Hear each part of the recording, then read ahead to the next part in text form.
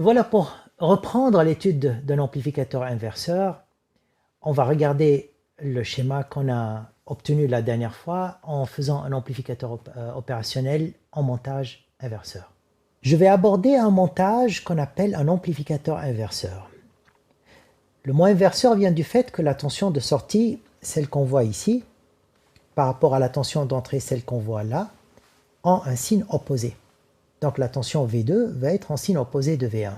On va comprendre ce que cela veut dire et comment ça marche. Je vous rappelle, à partir de maintenant, on a compris que quand on a une contre-réaction, c'est-à-dire on arrive à ramener une tension ou un courant depuis la sortie vers un nœud et vers la borne négative d'un amplificateur, on crée une contre-réaction. Cette contre-réaction, elle va nous permettre de trouver une relation linéaire parce que si la tension de sortie est absolument inférieure à la tension de saturation positive ou à la tension de saturation négative, cela veut dire que notre amplificateur est coincé dans la zone dite linéaire de l'ampli. Donc il y a une relation linéaire entre V1 et V2 et vous verrez que cette relation linéaire va passer par un rapport de résistance qui sont la résistance R2 et R1. Juste pour rappeler, encore une fois, dans la condition où l'amplificateur a une tension de sortie qui n'est pas saturée, on peut dire que cette tension entre la borne négative et la borne positive est égale à 0. Donc on se retrouve avec un amplificateur qui a exactement la même tension copiée de là à là.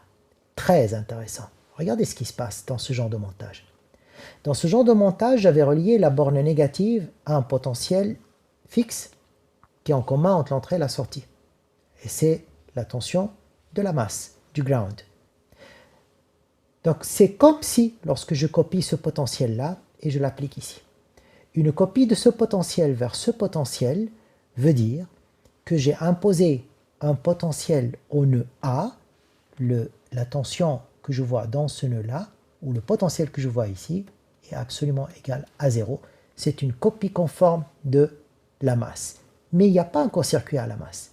Très intéressant, pourquoi? Parce qu'imaginez qu'il y a un courant qui passe par ici, ce courant I1. Ce courant I1, il va parcourir, il va arriver ici, et il va arriver dans ce nœud-là. L'ampli ne prendrait rien comme courant. Vous vous rappelez que son impédance est infinie, donc ce courant I0 est égal à 0. Donc la totalité de ce courant I1, il va passer vers la branche qui est là, et I2 va absolument être égal à I1. Donc on a le potentiel de la masse, mais on a réussi à éviter à ce que le courant passe dans la masse. Le courant ne passera pas dans la masse. Cette tension est égale à cette tension, mais elle n'est pas court-circuitée à l'intérieur de l'ampli, bien au contraire, c'est lié au fait que le gain de l'ampli est infini, et que cette tension-là, divisée par infini, ramenée à l'entrée, elle va devenir égale à 0. Donc ce qu'on a imposé ici se fait copier sur ce nœud-là. Donc le courant continue son chemin là, il se retrouve à passer dans l'amplificateur, comme ça. Donc si c'est un courant I1 qui entre, il parcourt, il est le même, il arrive vers l'ampli, il continue ici, il poursuit son chemin et il sortira vers moins VCC si le courant est positif ou vers plus VCC si le courant est négatif.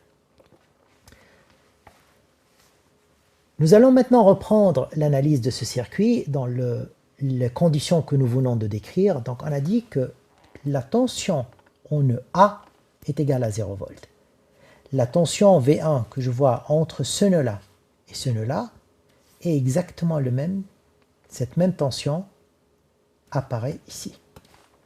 Ici, elle est contre la masse réelle, et ici, contre la masse virtuelle, parce qu'il n'y a pas de court-circuit physique entre ces deux nœuds-là. Le courant que j'ai observé ici, il va continuer son chemin, il va se trouver là. Et maintenant, je vais analyser V2. V2 de là à là a un sens positif. Donc, sachant que ce potentiel-là, et c'est le même que je vois ici, et sachant que ce potentiel est copié ici, donc la tension V2, c'est exactement la même que je vois dans ce sens-là. Ça, c'est la tension V2. Donc, ce que vous voyez autour de ce schéma vous décrit la relation V1I1, V2I2 en ayant I1 égale à V2.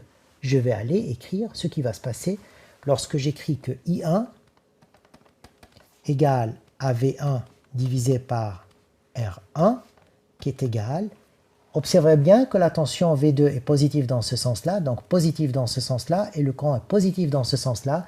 Donc, pour respecter les lois de Kirchhoff, je suis obligé de mettre un signe moins sur la tension, ou plutôt la relation du courant, c'est moins V2 divisé par la résistance R2. Et voilà, par égalisation de ces deux courants, on retrouve une relation entre V1 et V2 qui sont proportionnelles à R1 et R2. Donc on peut écrire V2 égale à V1 multiplié par R2 divisé par R1 avec un signe moins qui découle du fait que les deux tensions sont dans le sens opposé.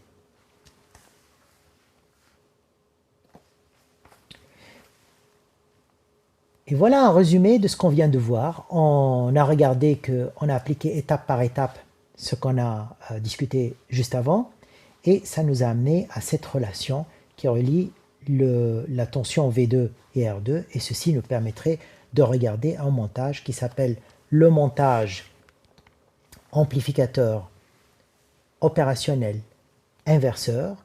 Donc il a deux résistances, il va nous donner une relation avec une inversion de phase, les signes moins. Le courant qui entre dans cet ampli V1 correspond à la valeur de la résistance que nous avons choisie. Réfléchissons un peu ce que cela signifie. Si vous branchez une source par ici, si vous amenez une source que vous branchez, cette source-là va devoir fournir le courant I1.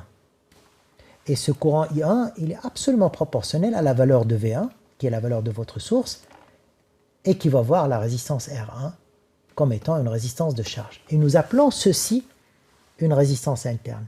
La résistance interne, c'est la résistance qu'on verrait quand on regarde l'amplificateur depuis ce nœud-là, et on l'appelle Rin,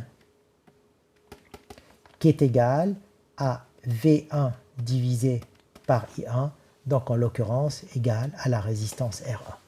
Donc la source que vous allez brancher par là va devoir débiter dans une résistance qui a la valeur de la résistance que vous avez choisie. Ceci nous ramène à une réflexion suivante. Vous regardez qu'il y a R2 sur R1. Donc le gain de l'ampli, le rapport de la tension entre la sortie et l'entrée, est R2 sur R1. C'est une valeur donnée. Et cette valeur donnée est absolument indépendante de la valeur absolue de R2 et de R1. Si vous voulez faire ceci égal à 10, vous n'avez qu'à choisir une résistance de 10 kΩ sur une résistance de 1 kΩ. Mais vous pouvez aussi mettre 100 kΩ divisé par 10 kΩ. Vous pouvez continuer comme ça. Tout ça, c'est égal à 10. Mais pourtant, quand vous regardez le courant I1 que vous allez consommer et qui serait fourni par votre source, eh ben, ce courant-là, il n'est pas en train d'observer le gain, il est en train d'observer votre résistance d'entrée. Donc ce qui se passe, si vous branchez ici une source qui ne peut pas fournir le courant nécessaire pour la résistance R1, vous risquez de ne pas être en mesure de fournir suffisamment de puissance vers la résistance R1 pour que votre signal soit converti en tension à la sortie. N'oubliez pas que le courant qui sort de ce côté-là, c'est entièrement le courant que votre amplificateur est capable de donner. Donc, le rapport de résistance semble créer un gain, donc une multiplication entre la tension de sortie et la tension d'entrée, et que la résistance d'entrée, qui est liée à la valeur absolue de la résistance R1, risque d'être un facteur limitatif et qui nous amène à une réflexion avant de choisir le rapport de résistance pour savoir quel est le courant que nous allons débiter dans la résistance d'entrée.